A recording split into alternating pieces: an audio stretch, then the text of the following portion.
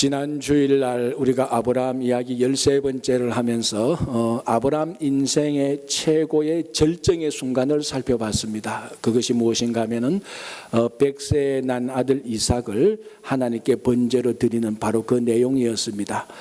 이것이 아브라함 인생 전체로 볼 때 최고의 하이라이트였습니다. 물론 그렇다고 해서 아브라함의 인생이 이 최고의 하이라이트, 이 하나만이 제일 중요하고 이것만이 다다, 그런 것은 절대로 아닙니다. 이제 이 최고의 절정에서 또 다른 열매를 이제 맺어가기 시작합니다. 이 시간적으로 이 타임라인을 보면은 이제 그때 지난주 아브라함 이야기 13번째 모리아산에서가 절정이고, 이제 오늘 본문부터는 이제 마지막으로 향하여서 아브라함의 이야기가 열매 맺기 시작하는 것들을 보여줍니다. 아이러니하게도 이 아브라함의 결론, 이 열매 맺는 하나님의 약속이 열매 맺는 사건의 중요한 전환점이 무엇인가 하면은 사라의 죽음입니다. 그래서 오늘 본문은 사라의 죽음으로서 마지막으로 향하는 중요한 열매를 맺고 있는데, 이 오늘 본문에서 사라가 127살에 죽었다라고 기록하고 있습니다. 여러분, 성경 전체를 어디를 봐도 여인의 한 여자가 죽은 나이를 언급하는 것은 사라 외에는 아무도 없습니다.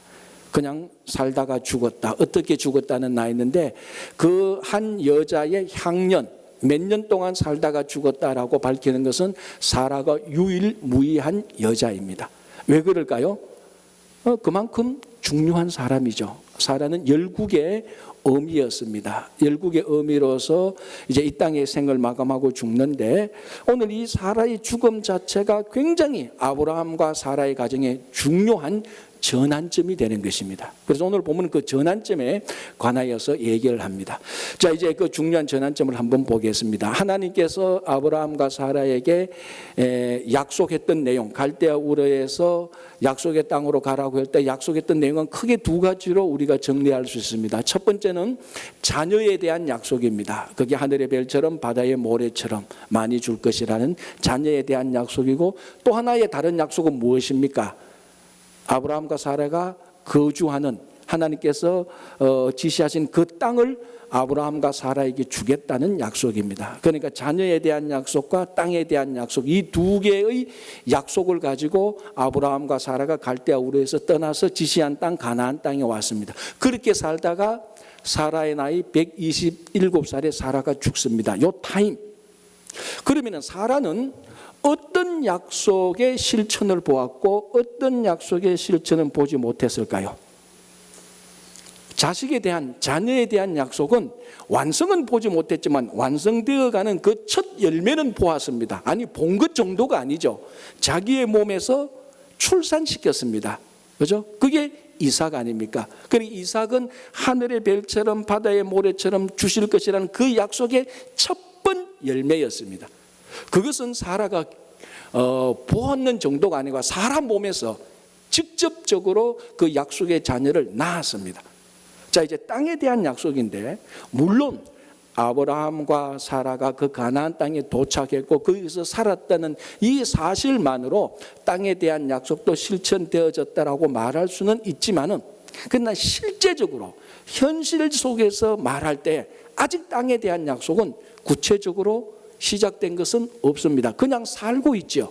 그러나 그 땅, 가나안 땅에서 살고 있는 아브라함과 사라의 그 땅에서 살고 있지만은 그 땅의 어느 한 평의 땅도 아브라함과 사라의 땅으로 소유된 땅은 없습니다. 바로 이 사라의 죽음으로 말미암아, 아이러니하게도 사라의 죽음으로 말미암아 두 번째 약속이었던 땅을 실제적으로 소유하게 되는 계기가 됩니다. 자, 오늘 보십시오. 사라가 죽음으로 말미암아 아브라함이 드디어 땅을 가지게 되는 것입니다. 그것이 오늘 본문에 나온 것처럼 그 에브론, 그 해쪽 속의 추장 에브론과 대화를 하고 협상을 해서 가지게 된 것이 바로 막벨라 굴입니다. 이 막벨라 굴은 현실 속에서 실제로 아브라함과 사라, 물론 사라는 이제 죽었지만 아브라함과 사라의 가족의 이 땅에서 하나님께서 약속하신 땅의 첫 열매입니다. 눈으로 딱 보이는 땅이죠. 그런데 그러니까 실제로 소유된 이 약속의 땅에 가장 먼저 몸을 뉘인 사람은 누굽니까? 그렇죠. 아브라함이 아니고 사라입니다. 그러니까 사라는 사라의 몸에서 약속의 자녀 이삭을 출산했고, 사라의 몸이 약속의 땅, 실제로 소유된 약속의 땅에 첫 번째로 자기 몸을 뉘게 되는 것입니다. 물론 아브라함이 하나님으로부터 약속을 받았습니다. 그러나 구체적으로 하나하나 따져보면 그 약속의 실천자는 아브라함이 아니고 사라의 몸입니다. 사라의 몸에서 약속의 자녀가 나타났고, 사라의 죽음으로 인하여서 아브라함이 땅을 구입하게 되고, 그 구입한 실제적인 땅에 사라의 몸을 뉘게 되는 것입니다. 사라의 몸이 약속의 첫 열매를 증명하는 명확한 표시였습니다. 오늘 이 본문을 보면서 저는 교회를 생각합니다. 교회가 바로 이 사라의 몸이 되어야 됩니다. 사라의 몸을 통해서 약속의 자녀가 나타났습니다. 마찬가지로 사라의 몸된 친구 교회를 통해서 약속의 자녀들이 나타나야 됩니다. 마침 이 타이밍이 딱 맞게 오늘 오후에 1시 반부터 우리가 좋은 사이를 합니다. 이제 세 번째죠. 많은 분들이 알고 또 어떤 분들은 모르는데, 이 좋은 사이는 좋은 사이 할 때 사는 사라의 약자, 이는 이삭의 약자입니다. 이삭의 약자입니다. 그래서 좋은 사이는 좋은 사라와 이삭입니다. 그래서 저희 교회 권사님과 집사님이 사라의 역할을 하는 거죠. 그리고 우리 중고등부 자녀들, EM 청년부 아들이 약속의 자녀 이삭이 되는 겁니다. 그래서 매년 7월 둘째 주일, 이제 이번엔 볼리비아 선교 때문에 한 주 늦추어서 오늘 하는데요. 7월 둘째나 셋째 주일날 기도 어머니 한 분과 우리 중고등부나 청년부 한 명을 매칭시켜서 기도 어머니는 사라가 되고, 그리고 그 자녀는 약속의 자녀가 되어서 1년 동안 기도를 해줍니다. 그래서 바로 이 기도를 받고 기도의 어머니 사라의 기도를 받은 우리 자녀들이 약속의 자녀가 되는 겁니다. 이 자녀들 가운데서 이 땅, 이 세계, 미국과 한국과 이 세계의 믿음의 자녀, 세계의 지도자가 나올 것이라는 기대를 가지고 이 친구 교회가 사라의 몸처럼 약속의 자녀를 배출해 나가는 것입니다. 또 우리 친구 교회가 사라의 몸처럼, 이 사라의 몸이 약속의 장소에 첫 번 누인 것처럼 이 친구 교회가 이 땅에서 정말 첫 번 약속의 장소가 되어서 이 약속의 장소인 교회를 통하여서 많은 성도들이 교회에 찾아서 그 하나님의 약속을 받아가고 약속이 자기 삶 속에서 이루어지는 경험하기를 간절히 바랍니다. 이제 사라가 죽음으로 말미암아 하나님의 약속, 자녀에 대한 약속과 땅에 대한 약속의 두 가지 다 첫 번째 열매를 맺으면서 사라는 이제 매장지에 이제 묻히게 됩니다. 자, 이때에 이제 이 땅을 구입하는 이 과정이 오늘 본문의 핵심입니다. 가장 많은 내용이 나타나는데, 아브라함이 살고 있는 그 땅의 해쪽 속의 에브론과 대화하는 과정에서 첫 번으로 아브라함이 자기 자신을 무엇이라고 말합니까? 나는 나그네요, 이 땅의 거주자 또는 이 땅의 거류자다라고 말을 합니다. 자, 우리가 아브라함 이야기를 지금 오늘 14번째 살펴보는데, 특별히 아브라함 이야기를 저희들이 이제 친구 교회로 새롭게 시작하면서 이곳으로 이전해서 아브라함 이야기를 하는 핵심적인 요소가 바로 이 부분에 있습니다. 아브라함의 정체성, 나그네였고 거류자였다. 그게 우리 이 땅에 살고 있는 우리 성도들, 특별히 우리 이민교회의 성도들하고 꼭 같이 매칭되는 것입니다. 사실 아브라함이 자기가 나그네였고 거류자였다는 것은 이중적인 의미에서 그렇다는 것입니다. 첫 번째는요, 모든 사람이 다 나그네고 거류자입니다. 나는 태어난 곳에서 50년 60년 살고 내가 살고 있는 도시 한 번도 나가보지 않았는데 내가 무슨 나그네입니까? 천만의 말씀. 모든 인생은 영원한 본향 하나님을 두고 살아가는 이 땅에 살고 있는 모든 사람은 다 나그네입니다. 다 거류자죠. 특별히 사도 베드로가 베드로전서 2장 11절에서 뭐라고 말합니까? 우리 성도들을 향해서 나그네와 같은 너희들이라고 말합니다. 사도 베드로는 우리들을 보고 다 하나님 영원한 본향을 두고 살아가는 나그네다, 거류자다 이렇게 말을 합니다. 그러니까 아브라함이 내가 나그네요, 거류자라고 말하는 것은 가장 본질적으로 모든 인생을 두고 다 말하는 것입니다. 그 폴란드의 유명한 랍비 하페츠 하임이라는 사람이 있습니다. 워낙 유명하기 때문에 많은 여행객들이 와서 방문하고 상담하고 지혜를 얻어갑니다. 미국의 한 여행객이 폴란드에 있는 그 하페츠 랍비를 찾아갔습니다. 워낙 유명했으니까 찾아가서 이제 수소문해서 그 집에 갔습니다. 그 집에 가니까 집이라고 있는데 보니까 집이라고 있는 것에 방 하나가 답니다. 그럼 저 방 안에 무엇인가 있겠지 하고 그 방문을 열고 들어가니까 랍비가 있고 그 방 안에 있는 세간, 그러니까 가구들이라고는 책하고 의자 하나, 책상 하나가 다였습니다. 아니 이렇게 유명한, 이렇게 온천지 알린 지혜자가 유명한 사람의 이 세간살이 치고는 너무나 초라한 거예요. 그래서 이 여행객이, 미국에서 온 여행객이 묻습니다. 랍비님, 이것 말고 다른 세간들이 어디 좀 있습니까? 묻습니다. 랍비가 말합니다. 당신은 세간살이가 있습니까? 이렇게 묻습니다. 그러니까 여행객이 놀라서, 아니 나는 여행객인데 무슨 내가 세간살이 가구가 있겠습니까? 라고 이렇게 말을 하자 랍비가 그 말을 받아서 이렇게 대답을 했습니다. 나도 자네와 똑같이 여행객이고 나그네요, 이렇게 말을 했다는 것입니다. 그렇죠. 한 사람은 이곳저곳을 떠돌아다니는 여행하는 나그네에 불과하지만은 그 랍비는 영원한 하나님 본향을 두고 이 땅에 잠시 머무는, 그 잠시 머무는 기간이 다를 뿐이지 모두 다 나그네입니다. 우리의 본향은 하늘에 있습니다. 아브라함이 내가 나그네요, 내가 거류자라고 할 때 그 본질 속에 이런 의미가 담겨져 있는 것입니다. 자, 이중적 의미라고 했는데 이제 두 번째 의미는 이게 더 실제적이죠. 아브라함은 갈대아 우르를 떠나서 해쪽 속에 살고 있는 가나안 땅에 살고 있으니까 당연히 나그네고 거류자입니다. 그래서 우리가 저 앞전에서 아브라함의 정체성을 볼 때 아브라함의 정체성이 히브리라는 말 속에 있다고 말했습니다. 히브리는 이곳저곳을 떠돌아다니는 사회 계층을 말하는 명칭이었습니다. 사실 오늘 이 말은 아브라함이 나는 히브리 사람이요 이렇게 말하는 것하고 똑같습니다. 그 히브리 사람, 어느 한 지역에 들어가서 이곳저곳을 정처 없이 떠돌아다니는 사람, 그게 나그네고 거류자입니다. 그 사람이 바로 오늘날 우리 용어로 말하자면 이민자죠. 그래서 이 본문을 저보고 번역하라면 저는 이렇게 말할 겁니다. 훨씬 더 리얼하게, 나는 이 땅의 이민자요, 이렇게 말을 하는 것입니다. 그리고 아브라함의 자기 정체성을 말하는 거죠. 나는 이 땅의 이민자다.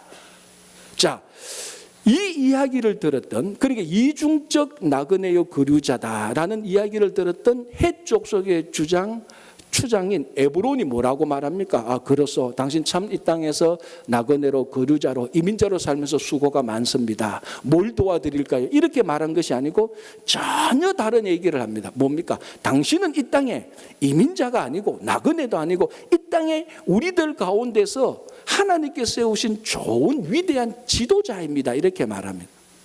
아브라함은 자기 자신을 나그네, 거류자, 이민자로 보았는데 그 나그네와 함께, 그 이민자 나그네 히브리 사람 아브라함과 함께 살았던 해쪽 속의 추장, 해쪽 속의 사람들은 당신은 나그네가 아니고 이 땅의 지도자다라고 이렇게 말을 합니다.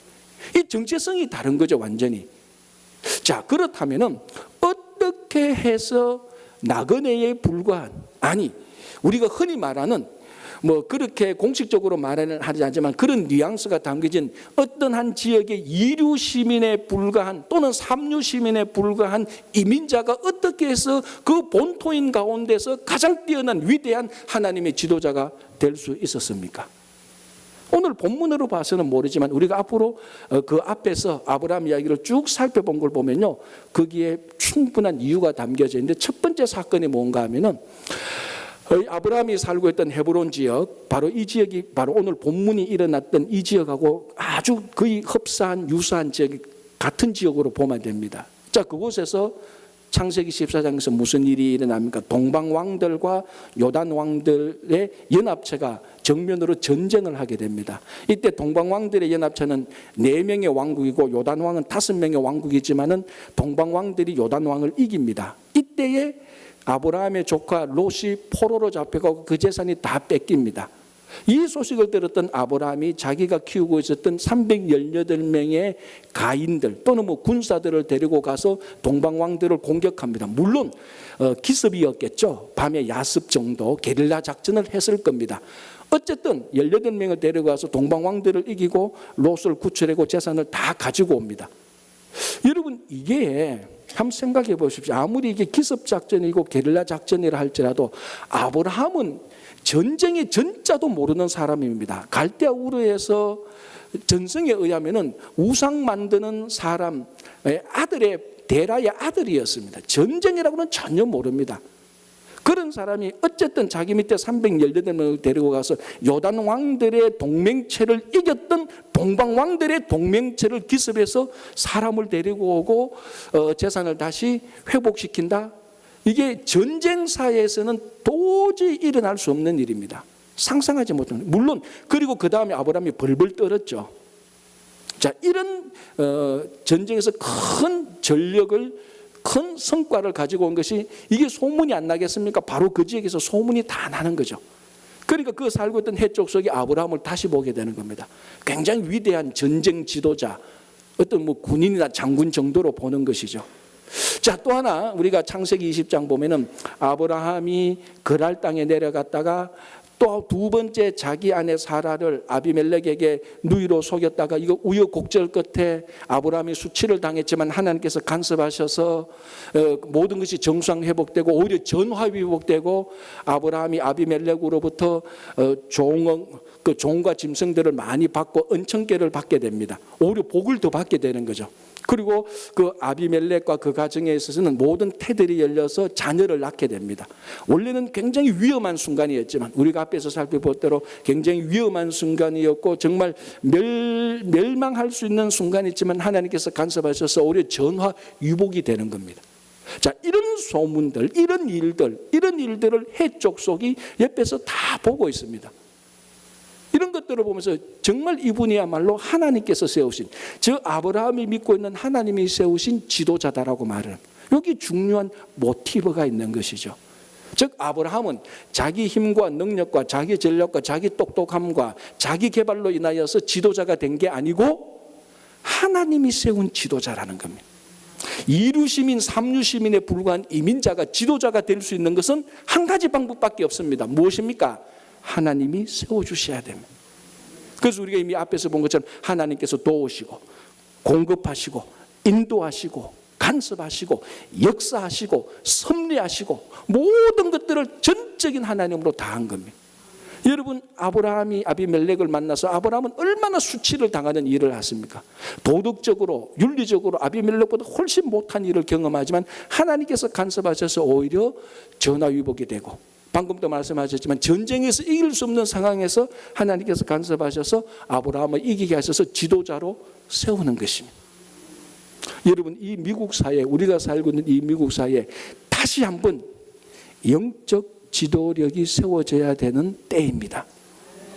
물론 정치, 경제, 사회, 문화 여러 가지로 말할 수 있지만 그런 거는 일단 제쳐놓고 지금 이 미국 구석구석에서 도덕적, 윤리적 이것을 뛰어넘는 영적 피폐함과 부패와 타락함이 이루 말할 수 없이 일어나고 있습니다.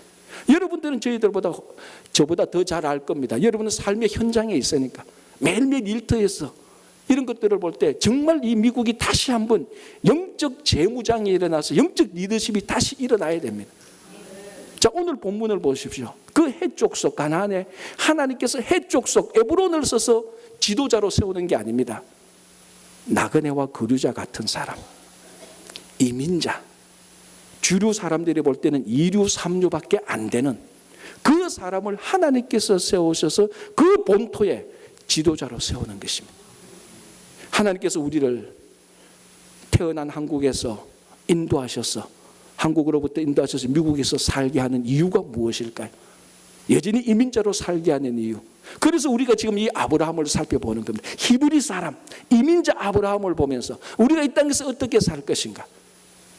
이 영적 리더십이 다시 필요한 이 시대에 하나님께서 히브리 사람 아브라함과 같은 우리 이민자 친구교회 성도들을 하나님께서 세우셔서 영적, 도덕적, 윤리적 리더십을 세우시기를 바라는 것입니다. 그래서 다시 한번 우리가 정치적으로 경제적으로 힘이 없다고 해서 무너지고 낙담하고 절망할 거 아닙니다. 우리는 시급하게 먼저 세워야 될 것이 영적 리더십을 다시 회복해야 되는데, 하나님께서 히브리 사람 이민자 아브라함을 세웠듯이 우리 이민자 친구교회 성도들을 세우시기를 원하고, 그 하나님의 세우심에 여러분들이 동참하시기를 간절히 바랍니다. 자, 오늘 본론에서 가장 중요하게 다루는 게 뭔가 하면은 이 사라의 매장지 되는 막벨라 굴을 구입하는 그 단계입니다.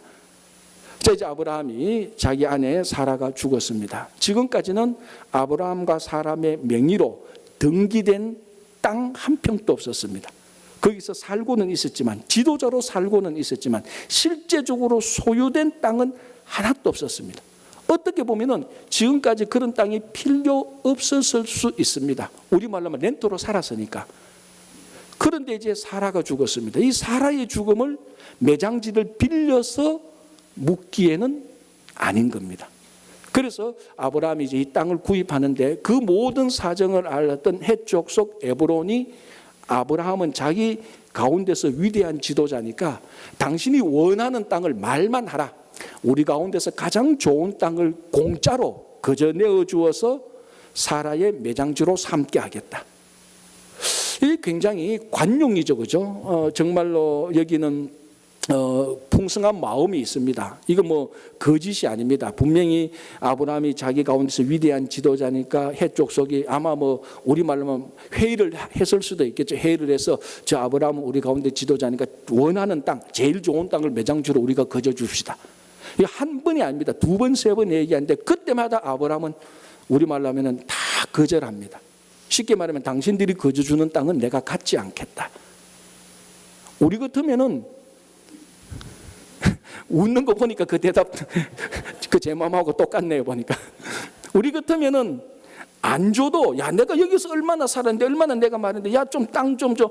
안 해도 우리가 먼저 가서 막 베깅하고 요청할 건데, 이 가만히 있는데 땅 준다 그래도 아브라함은 계속해서 두세 번 강력하게 진심으로 아니다, 내가 그 땅값을 정식으로 지불하겠다. 그래서 오늘 보면은 상인이 통용하는 가격으로 은 400세겔을 주고 막벨라 굴을 구입하게 됩니다. 자, 이게 아까 제가 말씀드린 것처럼 약속의 땅에서 현실 속에서 실제로 열매 맺는 첫 번 약속의 땅의 열매입니다. 자, 이것이 오늘 23장 18절이 이렇게 기록합니다. 성문에 들어온 모든 헷 족속이 보는 데서 아브라함의 소유로 확정된지라. 이제는 이 순간부터 이후까지 누구든지 이 땅에 대하여서는 아무도 빼도 박도 못합니다. 헷 족속이 다 보는데 모여서 아브라함이 상인이 통용하는 공식 화폐 은 400세겔을 주고 그 땅을 구입합니다. 합법적, 행정적 어떤 방법을 써도 이제 이 땅은 아브라함의 땅입니다. 여러분 한번 생각해 보십시오. 기분 좋을 때, 관계 좋을 때는 땅 공짜로 줬다가 나중에 수 틀리면은 다시 내놔도 그래도 할 말이 없어요. 왜? 정당한 방법으로 정당한 가격을 쓰고 구입한 땅이 아니니까. 언제나 공짜로 얻은 땅은 위태위태합니다. 그러나 아브라함은 확실하게 그 땅을 확정 지어집니다. 이거는 우리 가족의 소유다. 그래서 이 땅, 이 막벨라 굴은 최초로 아브라함과, 이제 사라는 죽었으니까 아브라함의 이름으로 등기된 땅에 대한 약속의 첫 열매가 되는 것입니다. 이 확정된 땅이 그 가나안 땅에서 다음 후손을 위한 중요한 버팀목이 되고 기초가 되는 것입니다. 여러분 현실 속에서 살 때 건물과 땅은 굉장히 중요합니다. 특별히 이민자들에게. 그러면 이제 좀 수리에 밝은 사람은, 재리에 밝은 사람은 그렇지, 잘 사야 재산 가치도 있고 투기 가치도 있지, 그렇게 생각한다면은 제가 말하고자 하는, 본문이 말하고자 하는 의도하고는 전혀 다릅니다. 왜 이 땅에서 땅과 건물이 중요한가? 하나님 나라의 기초를 이루는 첫 번 열매가 되기 때문입니다. 이번에 땅을 사서, 이번에 건물을 사서 10년 뒤, 20년 뒤에 큰 투자 이익으로, 그런 의미에서 중요한 건물과 땅이 아니라 그 약속의 땅에서 하나님께서 명확하게 명시적으로 보여주는 약속의 첫 열매로서 중요하다는 것입니다. 그래야 그 다음 자손들이 이어서 이 건물과 이 땅은 하나님께서 우리에게 약속하신 첫 열매다, 이 열매를 보면서 계속해서 두 번째, 세 번째 열매를 향하여서 그 땅에서 하나님 나라를 이루어 갈 수 있는 첫 번째 기초가 되는 것입니다. 저는 우리 친구 교회가 바로 이 막벨라 굴이 되기를 간절히 바랍니다. 이 친구 교회가, 건물과 땅을 가진 이 친구 교회가 투기용으로, 재산용으로 가치가 있니 없니, 그것이 중요한 것이 아니고, 이 친구 교회가 땅과 건물을, 이 하나님을 섬길 수 있는 이 공간이 하나님께서 이민자 우리에게 주신 확실한 하나님을 섬기는 하나님 나라를 향한 첫 번 기초가 되기를 간절히 바랍니다. 그래서 우리 1세대가 여기서 신앙생활하고 하나님 나라를 위해서 열심히 살다가 우리가 다 하나님 나라 가면은 이제 2세대가 이 땅을 다시 기초로 해서 하나님 나라의 사역을 할 수 있는 것입니다. 여러분, 그래서 이 땅의 기초가 돼서 여기에 누구누구가 묻히는 건, 누구누구 묻히는 줄 압니까? 이제 나중에 보면요, 아브라함이 그 매장지에 묻힙니다. 그리고 1세대가 지나가죠. 2세대 이삭과 리브가가 거기에 묻힙니다. 지나가고 3세대 야곱과 라헬이 거기에 묻힙니다. 끝났을까요? 요셉하고 그 가족들이 애굽으로 다 갑니다. 끝났죠? 그러나 아니잖아요. 창세기가 어떻게 끝납니까? 요셉의 유언으로, 요셉의 죽음과 유언으로 끝나는데, 요셉의 유언이 뭡니까? 나를 애굽에 묻지 말고 나중에 후손들이 이 땅에서 나가서 고향으로 돌아갈 때 내 시신을 가져가서 거기서 묻어달라고 말합니다. 그리고 400년이 지난 다음에 출애굽할 때 야곱의 시신을 가서 그 땅에 묻어둡니다. 그 막벨라 굴 하나가 대대로 그 자손들에 대한 하나님의 약속에 대한 흔들리지 않는 기초가 되는 것입니다. 그래서 이 이민자, 우리 이민자로 살고 있는 이민교회, 이 친구교회가 대대로 우리 자손들이 흔들리지 않는 믿음의 기초가 되는 그런 교회가 되기를 바라는 것입니다. 그 한국 작가 가운데 최명희 씨의 홍불이라는 책에 참 우리 한국민의 애환이 담겨 있는 책입니다. 그 배경이 언젠가 하면요, 일제시대 정도 되고, 배경이 그 전라도에 있는 매안이라는 지역에 이제 배경이 되는데, 이런 내용이 나옵니다. 이제 그 매안 지역에 이제 가장 큰 지주였던 청암 부인이 있습니다. 그 부인이 죽고 이제 묘지를 만들죠. 선산에 묘지를 만드는데, 이제 그 매안 지역에 살고 있는 하류민들, 다 천민들이죠. 온갖 종류의 천민들이 백정도 있고 온갖 종류의 천민인데, 그 중에 천민이 무당이 나타납니다. 이 무당이 8천민, 그러니까 8대 천민 가운데 하나죠. 굉장히 무시당하고 하는데, 이 무당의 아버지가 죽으면서 하나 유언을 남깁니다. 그 유언이 뭔가 하면은 내 뼈를 투장해달라고 말합니다. 투장이 뭔가 하면요, 죽은 사람의 시신의 뼈를 다른 사람의 무덤을 파서 그 뼈와 함께 묻어버리는 겁니다. 그래서 그 유언을 가지고 있던 이 무당, 천민이 기회를 보고 기회를 봐서 그 마을에 지주했던 청암 부인이 죽고 난 다음에 몰래 청암 부인의 묘를 훼손해서 자기 아버지의 뼈를 청암 부인의 뼈하에 투장시킵니다. 투장시키죠. 그래서 이게 어떤 효과를 가져는가 하면, 우리말로 하면 이 다 좀 무속적인 건데, 죽어서 자기 아버지하고 청암 부인하고 결혼을 하는 겁니다. 합장시켜버려요. 그래서 자기 천민이 청암 부인과 함께 결혼을 한 그 효과로 자기 자녀들은 제발 천민으로 살지 말고 그 청암 부인의 자녀처럼 살기로 바라는 무속의 염원이 담겨져 있는 겁니다. 참 아련하죠, 그죠? 우리 조상들이 그렇게 사는 그 정서가 나타나는데, 여기서 중요한 게 하나 나타납니다. 매장지가 나타나는데요. 그래서 나중에 이 투장했는 것이 이것이 나중에 발각되어서 죽을 만큼 덕성마리에서 완전히 사람이 망가집니다. 그건 굉장한 범죄거든요. 자, 여기서 이 투장을 하게 된 근본적인 욕구가 뭔가 하면 신분 상승입니다. 신분 상승을 해서 자기 자녀는, 나는 이렇게 살더라도 우리 자녀는 좀 좋은 시대에서 좋은 사람으로 살고 싶다. 좀 양반의 자녀로 살고 싶다. 그래서 그게 뭐 됐든 안 됐든 그 염원으로서, 신분 상승의 염원으로서 그런 목숨을 걸고 그런 일을 합니다. 거기에 중요한 게 바로 매장지입니다. 매장지. 왜냐하면 그 무덤, 거기에 합장을 시키는데 그 무덤을 판 사람은 목숨을 각오해야 됩니다. 왜 그런가 하면요, 무덤이라는 것은 그 가문의 정체성입니다. 그래서 보통 우리가 선산이라 그러죠.